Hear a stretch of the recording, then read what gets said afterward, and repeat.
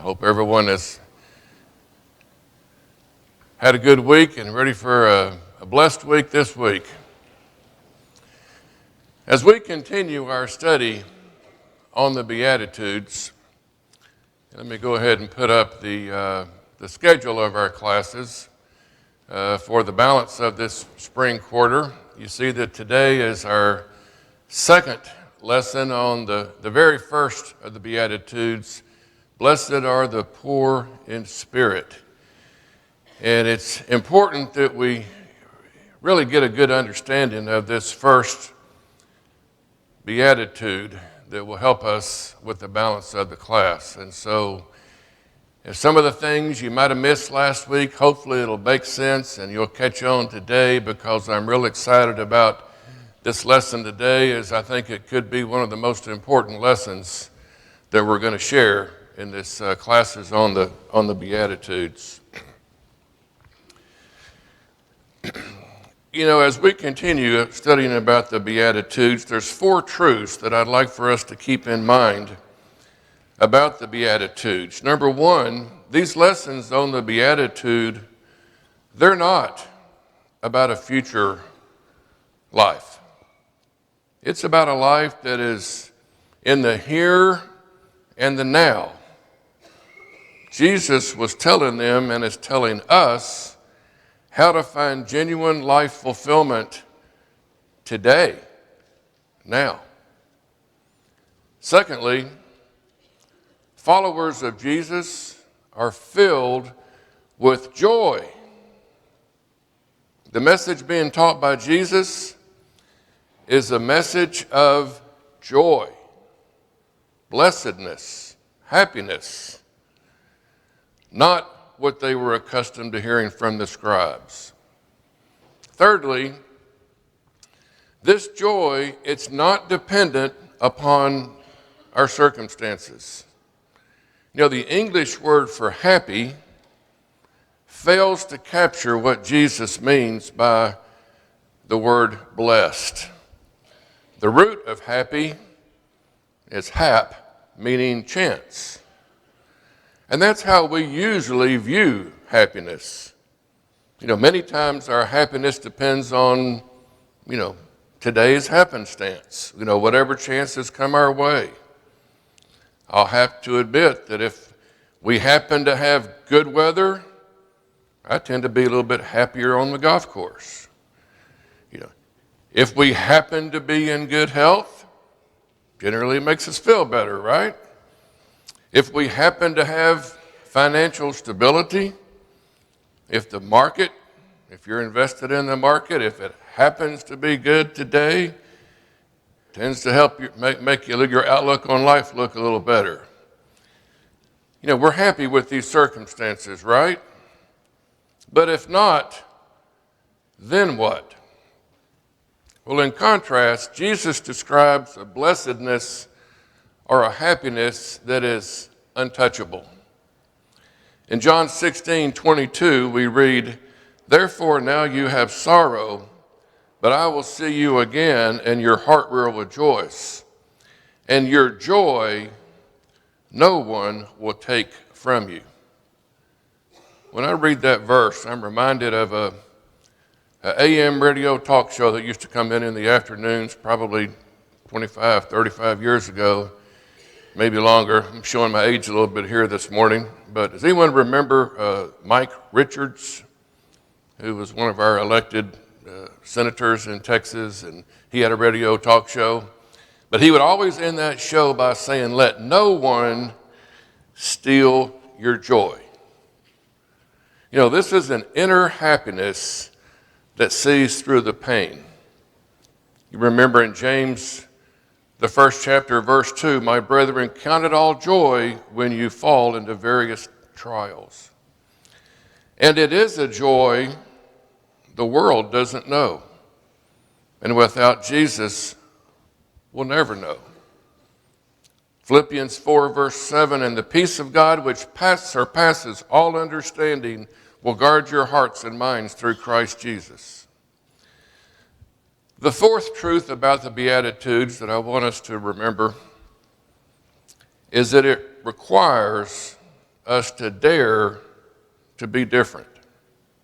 You know, the Beatitudes run counter to a culture that is opposed to everything that Jesus said, and they are relevant to all ages. Do we dare to be different? Do we already know it all about the Beatitudes? You know, you might be thinking, Mac, I've heard this study before. Is there anything new that I can learn? Well, I'm convinced that we need this study now more than ever in a day. Then when living the Beatitudes is not even on the radar screen for most folks in the world and might be considered old-fashioned, out of date, old hat, or boring, and it will most certainly require us to dare to be different. Now I'd like to touch on some of the things that we talked about last week in this second lesson on the Beatitudes. The first Beatitude being the poor in spirit. We established last week that if there was one word to describe what it means to be poor in spirit, do you remember what that word was? Humility. And why is poor in spirit? We talked about the root beatitude. We mentioned that because until we grasp the truth that without Him we are spiritually bankrupt and powerless to save ourselves, there's no need to discuss anything further. It's the foundation of our spiritual walk. It's the conviction that before God we are void of everything. It admits that we need Him, that we can't do it without Him, and that we are nothing without Him. We mentioned last week that being poor in spirit makes us realize that we are hopeless, helpless, weak, needy, inadequate, frail, fallible human beings, and that we are dependent on Him. It's the ultimate beginning place.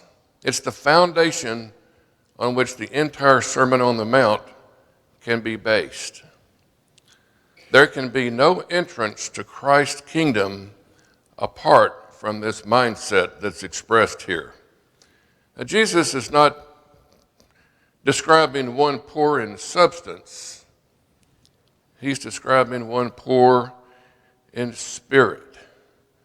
And the poverty of which Jesus speaks here is spiritual bankruptcy. Here's the one who is bankrupt in soul. Think about it. All the money in the world cannot buy you a relationship with God, cannot buy you happiness or a home thereafter.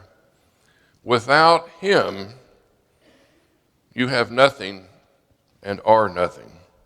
And this is where true spirituality begins. And the word that Jesus used here means complete and total poverty. You know, this is the poorest of the poor.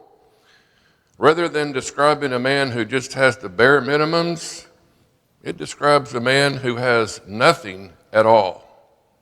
Someone this poor is someone totally dependent on another for survival. We're all familiar with the story of the rich man and Lazarus in the 16th chapter of Luke, where it describes this level of poverty. Rather than laid at the gate, as in he laid his sick son on the couch, Lazarus was laid similar to he laid his trash at the curb. In other words, he was dumped at the curb each day, hoping to find a few crumbs falling from the garbage of the rich man. And these weren't dogs as family pets, but they were wild mongrel dogs circling like vultures looking for their next meal. And Jesus paints a colorful picture of complete and total poverty. Blessed are the poor in spirit describes one who is completely poverty-stricken, spiritually. In other words, blessed are those who understand that without God, they have nothing. Something else that we talked about was about doing a little self-examination, looking at our attitude toward ourselves and about self. And when we think about it, we can ask ourselves an essential question in life. In whom do I trust? Maybe we could just look at the dollar bill for our example, at least for now. In God we trust is on our dollar bill.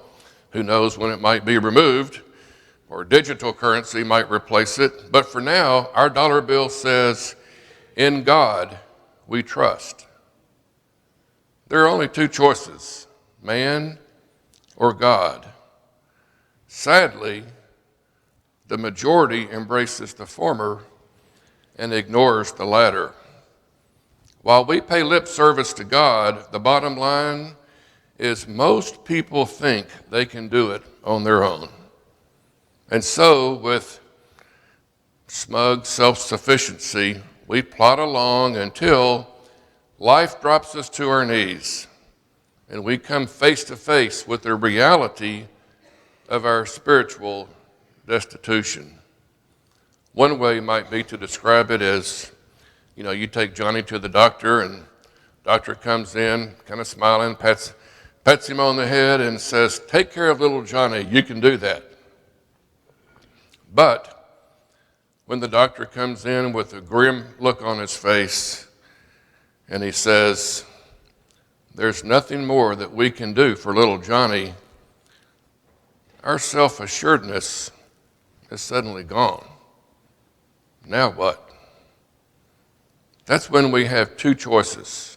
First of all, we can curse God, maintain our independence, and blame him for all that goes wrong. Or we can relinquish that independence and confess our helplessness, our poverty. And Matthew 6:24 tells us that we will do one or the other. For no one can serve two masters, for either he will hate the one and love the other, or else he will be loyal to the one and despise the other. You cannot serve God and mammon. Last week we also contrasted those who are poor in spirit with those who are, let's call them rich in ego, or the proud. The self-satisfied, the self-seeking, the self-centered, the self-contained, where many times a person's world begins and ends with self. Maybe we might ask ourselves, have I ever known someone like that? Have I ever been that person? The heart filled with self has no room for God. The man who believes that in the last lines of William Ernest Henley's poem Invictus, he wrote, he is the master of his own fate and captain of his soul. One like that has need of nothing beyond himself. Why seek God if you're in charge, if you direct your own steps, if you do it your own way? Own way. I'm reminded of a song that was a big hit back in 1969. It was sung by Frank Sinatra. Anyone know what song I'm thinking of?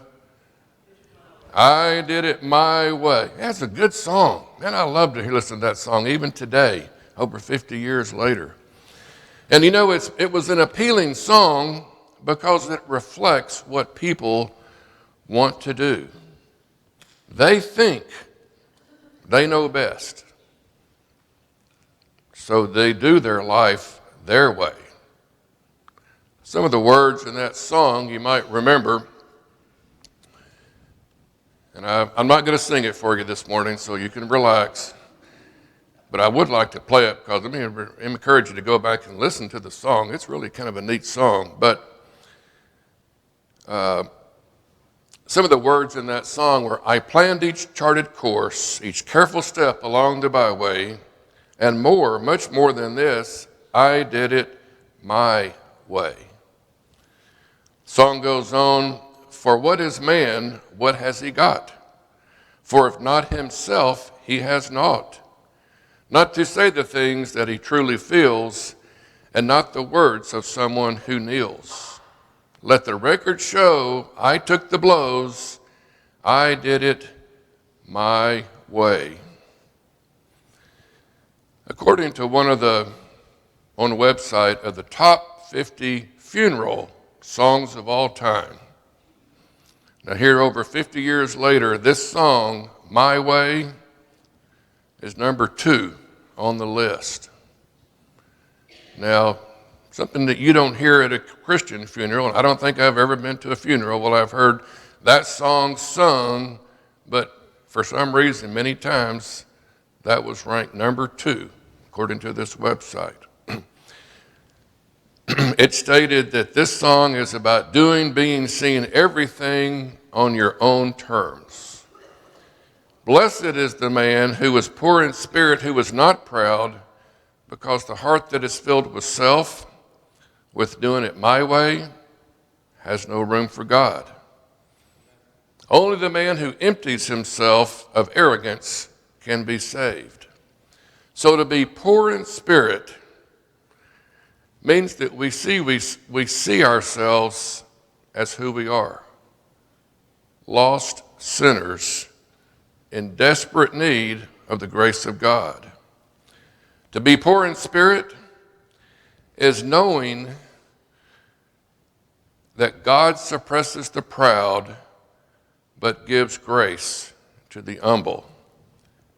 We read in James chapter 4, verse 6, but he gives more grace. Therefore, he says, God resists the proud but gives grace to the humble. A man's pride will bring him low, but he who is lowly in spirit will obtain honor, as we read in Proverbs 29:23.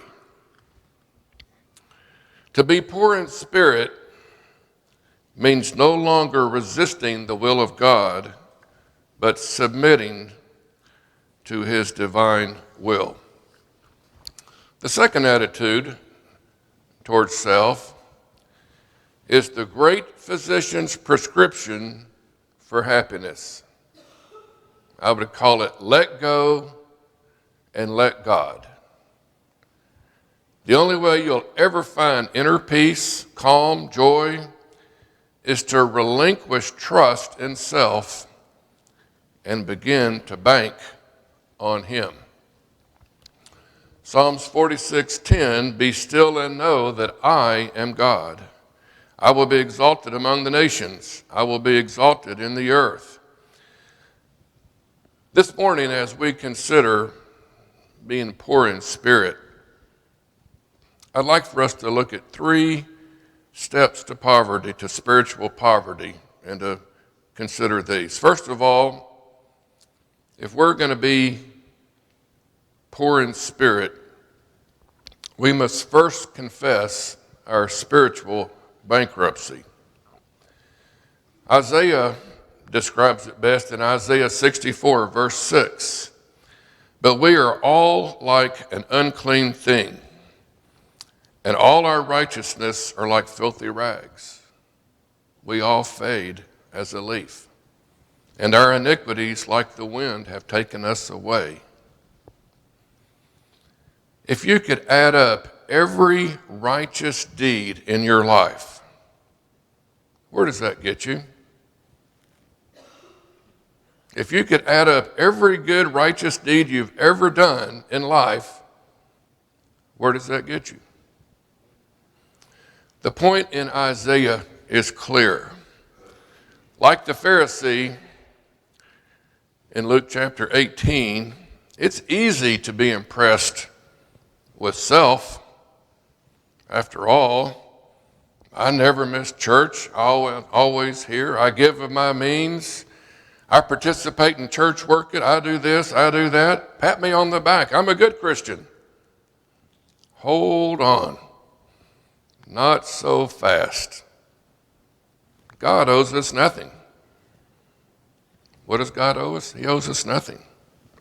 Our sin has caused us to fall short, we read in Romans 3:23, and our salvation is because of his grace, not because we have come to deserve it.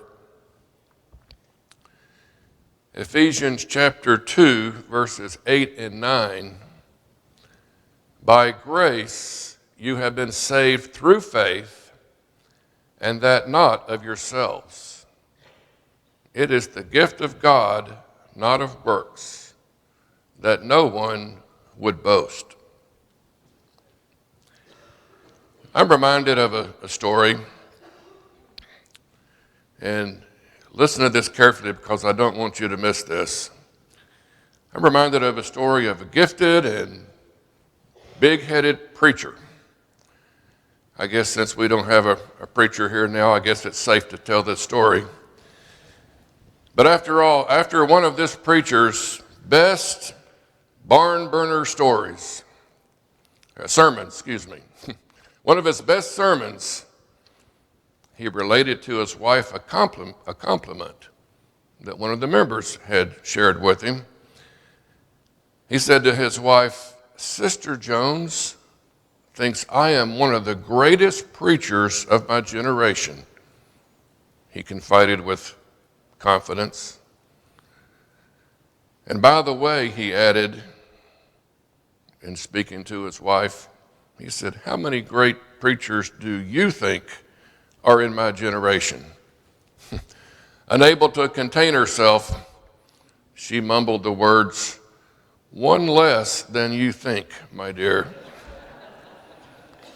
Ouch. So if we want a picture of the poor in spirit, our focus should be on the downcast publican who beat his breast and prayed, "God be merciful to me, the sinner." A second step I'd like to suggest to spiritual poverty is we must confess our weakness. You know, it's easy to spot the faults in others, isn't it? And to miss our own. When will we learn that God hates such arrogance, as he mentions in Proverbs 16:17? Poverty in spirit with self-inventory that looks in the mirror in recognition of complete worthlessness without God. As the song that's a favorite of many of us, it was God's amazing grace that saved a wretch like me. So we must confess our weakness. A third step might be we must confess our dependence on him. Psalm 51 describes David's outpouring of grief following his sin with Bathsheba. And he sees the horror of his actions in the first 4 verses. "Have mercy upon me, O God, according to your loving kindness. According to the multitude of your tender mercies, blot out my transgressions.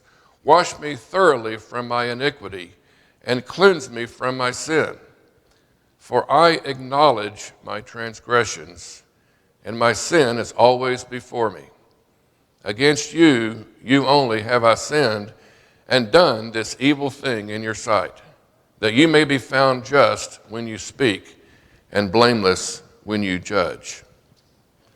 And then in verse 11, do not cast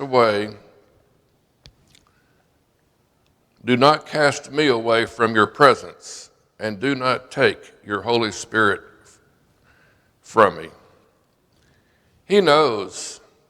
David knows that if the shedding of animal blood would somehow remove the stain of his sins, he would have slaughtered every sheep in Israel. You know, as we read in verse 16, "For you do not desire sacrifice, or else I would give it. You do not delight in burnt offering. But it wasn't what God wanted. What did God want? David knows, and so do we. In verse 17, we read, "The sacrifices of God are a broken spirit, a broken and contrite heart. These, O God, you will not despise." I can't help but think about a song that Sonny leads from time to time. He interjects this in the song, "Just as I am," but the words are, "I come broken, I come empty." I'm not going to sing that for you either, but it's a song that's not in our books, but Sonny has got all these cool songs and he interjects it in there perfectly, and it's very fitting in that song. If the king of Israel could bow down before the King of Kings in humility with a broken and contrite heart, so must we. Until we come to him with the same spirit of brokenness, we will never be healed. We will never be happy. Last week, we looked at a picture of this tree. You know, we have to be rooted in humility, poor in spirit, as David was in this instance. You know, to enhance our understanding of this contrast between poor in spirit and pride, let's consider a couple examples in the Bible. First of all, let's look at Gideon in Judges chapter 6. We read, "Then the Lord turned to him and said, 'Go in this might of yours, and you shall save Israel from the hand of the Midianites. Have I not sent you?' So Gideon, said to him, 'O my Lord, how can I save Israel? Indeed, my clan is the weakest in Manasseh, and I am the least in my father's house.' And the Lord said to him, 'Surely I will be with you, and you shall defeat the Midianites as one man.'"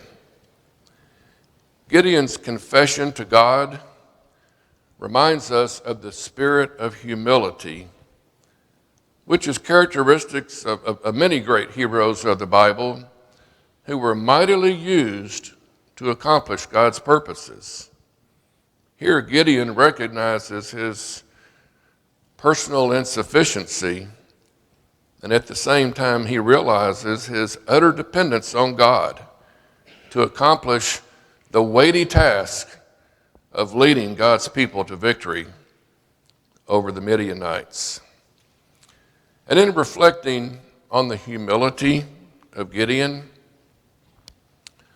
one said, "In spiritual achievement, a man is mighty in proportion to his capacity to receive divine help, just as a steam engine is mighty in proportion to its capacity to receive and utilize the largest amount of steam." Last week, we mentioned that the task ahead of us is never as great as the power behind us. There's other examples of humility that we could read or we could talk about in the Bible. But what about Jesus? Philippians chapter 2, verses 5 to 8. "Let this mind be in you, which was also in Christ Jesus, who, being in the form of God, did not consider it robbery to be equal with God, but made himself of no reputation, taking the form of a bondservant and coming in the likeness of men. And being found in the appearance as a man, he humbled himself and became obedient to the point of death, even death at the cross." Perfect example of humility. And we are urged to have the same mind or attitude as Jesus did. Now let's look at some characteristics of those who are poor in spirit. When you are poor in spirit, you accept others. Now, you may not agree with what they do, differences of opinions and attitudes, but you accept them. When they succeed, you're happy for them. When they fail, you try to encourage them.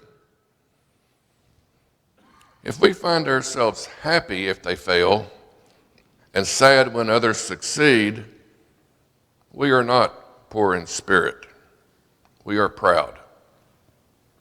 When David killed Goliath, King Saul was glad to get rid of his enemy and to even honor David for it. But when David outshined him by killing tens of thousands as opposed to Saul's only thousands, then proud King Saul was envious and angry. David exhibited being poor in spirit when he asked in 1 Samuel chapter 18, "Who am I? And what is my life or my father's family in Israel, that I should be son-in-law to the king?" David was willing for God to do the promoting in his time and in his way, and he did not use his own position to promote himself. A second characteristic of those that are poor in spirit, you will become as a little child. Another example of the challenge to being poor in spirit was found among the disciples, and it was a source of friction that had to be concerning to Jesus. Matthew 18, verse 1, "And at that time the disciples came to Jesus saying, 'Who then is the greatest in the kingdom of heaven?'" Jesus uses an innocent child to give the answer in verses 2 and 3. "And Jesus called the little child to him and set him in the middle of them and said, 'Truly I say to you, except you be converted and become as little children, you shall not enter the kingdom of heaven.'" Jesus uses an innocent child to give the answer. A child who acts like a child, pure and innocent in motive, is a joy. But a child who is a know-it-all, it's a different story, isn't it? King Saul was not able to become as a little child, and as a result, he lost the crown, his kingdom, and ultimately his life. The prophet Samuel had told him to wait for his arrival before any sacrifices were offered, but Saul couldn't wait. So he pretended to be a priest and proudly and arrogantly offered the sacrifice. 1 Samuel 13, verse 8, "Then he waited 7 days according to the time set by Samuel. But Samuel did not come to Gilgal, and the people were scattered from him. So Saul said, 'Bring a burnt offering and peace offerings here to me.' And he offered the burnt offering. Now it happened as soon as he had finished presenting the burnt offering that Samuel came, and Saul went out to meet him that he might greet him. And Samuel said, 'What have you done?' Saul said, 'When I saw that the people were scattered from me and that you did not come within the days appointed, and that the Philistines gathered together at Michmash, then I said, the Philistines will now come down on me at Gilgal, and I have not made supplication to the Lord. Therefore I felt compelled and offered a burnt offering.' And Samuel said to Saul, 'You have done foolishly. You have not kept the commandment of the Lord your God, which he commanded you. For now the Lord would have established your kingdom over Israel forever. But now your kingdom shall not continue. The Lord has sought for himself a man after his own heart, and the Lord has commanded him to be commander over his people, because you have not kept what the Lord commanded you.'" Saul did it his way.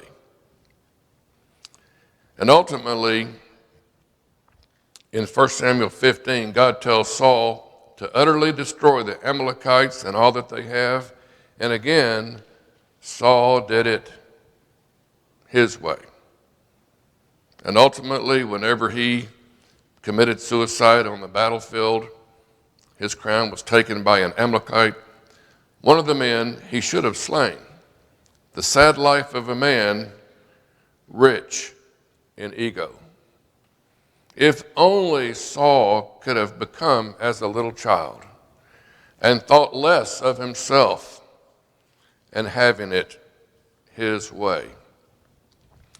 A third characteristic, a step to being poor in spirit, is to accept circumstances.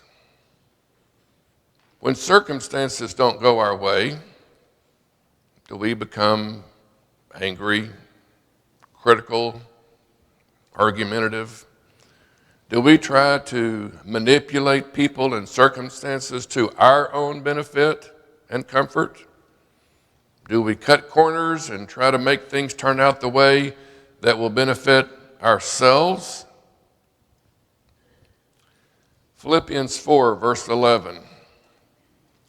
Not that I speak in regard to need, for I have learned in whatever state I am to be content.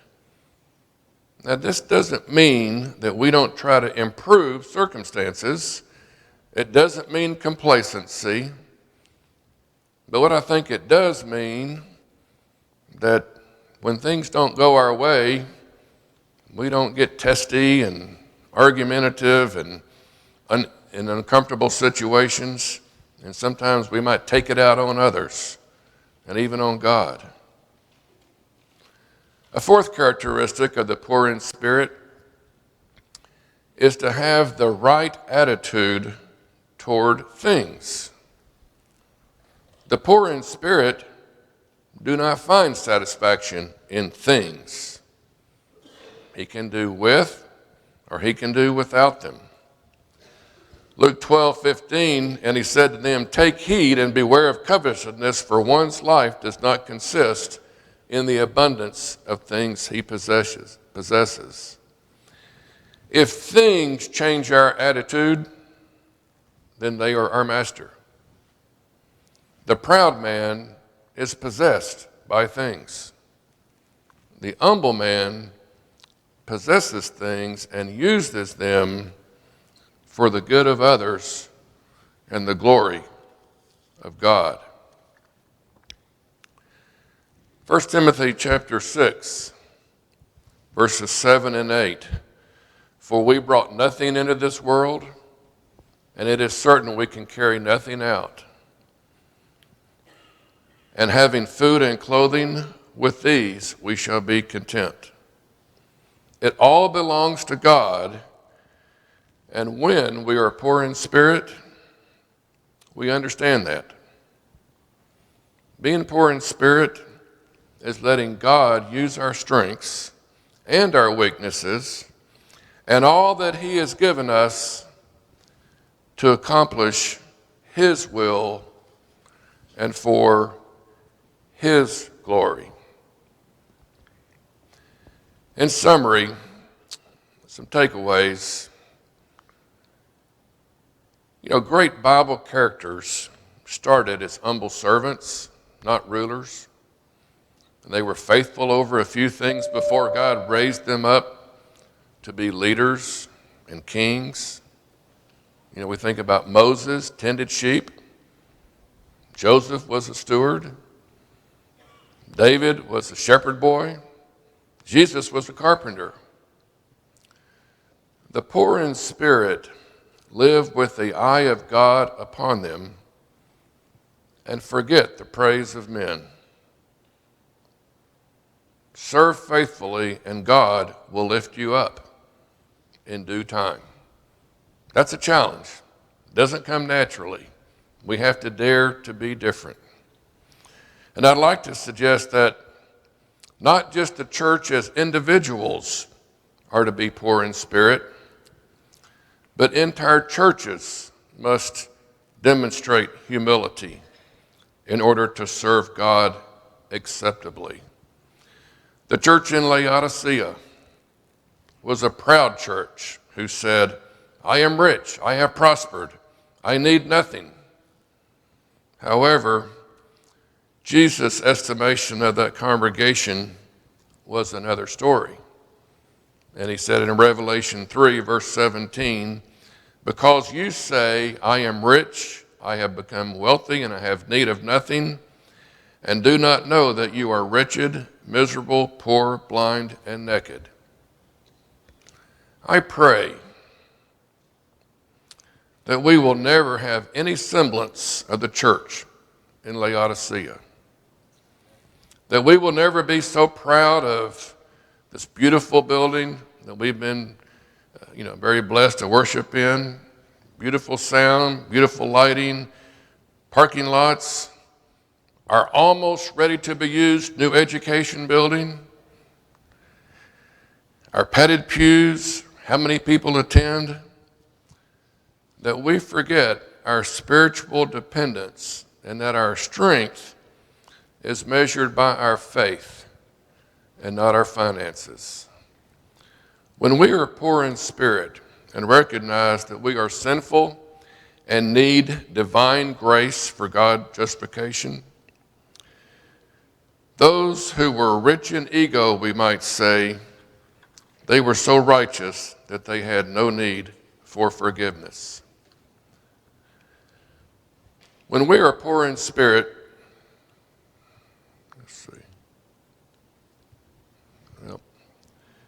when we are poor in spirit and recognize our own spiritual unworthiness, we will have the following three attitudes. We will recognize that we are not better than others, for all have sinned and fall short of the glory of God. Secondly, we will have humility about our own importance. And lastly, we will recognize the need for God's grace in contrast to trying to save ourselves by our own perfection. Let's keep this in mind as we go throughout the week, dependent on God and influencing the lives of others for good. Lord willing, the next 2 weeks we'll be studying Blessed Are Those That Mourn. Appreciate your attention this morning. Go have a donut and a cup of coffee now. Thanks.